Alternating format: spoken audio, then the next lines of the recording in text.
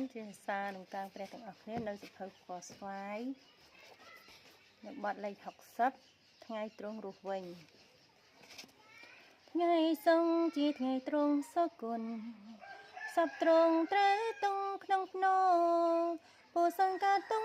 នាំគ្នាយំថ្ងោតមិនព្រះដ៏មានពោត្រង់ត្រូវគេធ្វើគុណផុនរលត់ក្តីសង្ឃឹមថានឹងគ្មានអ្នកទីពឹងពូមេសាសនាចាប់ថ្នាំងប្រកាន់ខឹងថាត្រង់តាំងខ្លួនឡើងជាព្រះរាជមុននៃចាំងឋានសួគ៌ថ្ងៃអាទិត្យប្រឹងជាថ្ងៃអស្ចារ្យទេវតាលេងមកឯភ្នោពូយាមភ័យស្លន់ដួលទាំងចំហនោះទេវតាបើកភ្នោថ្វាយព្រះអង្គចាស់ថ្លៃទ្រង់រស់វិញមានជោគជ័យឥតមានអ្វីខាត់ទ្រង់បាន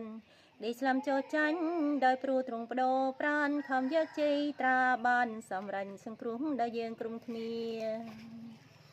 ដូច្នេះយើងអាចចូលមកឯទ្រង់ព្រៀងគ្រីងទ្រង់មានមេត្តាទ្រង់ស្លាប់ជំនុំអង្គนุ่งក្រុមគ្នាបីថ្ងៃរស់ហើយណាចូលយើងតទូទ្រង់កុំបងអង្គនាំខកខានទ្រង់ប្រទានជីវិតអកលទ្រង់គឺជាម្ចាស់ហើយក៏ជាសេរសាដែលនាំយើងក្រុមគ្នាឡើងទៅនៅជាមួយព្រះអង្គ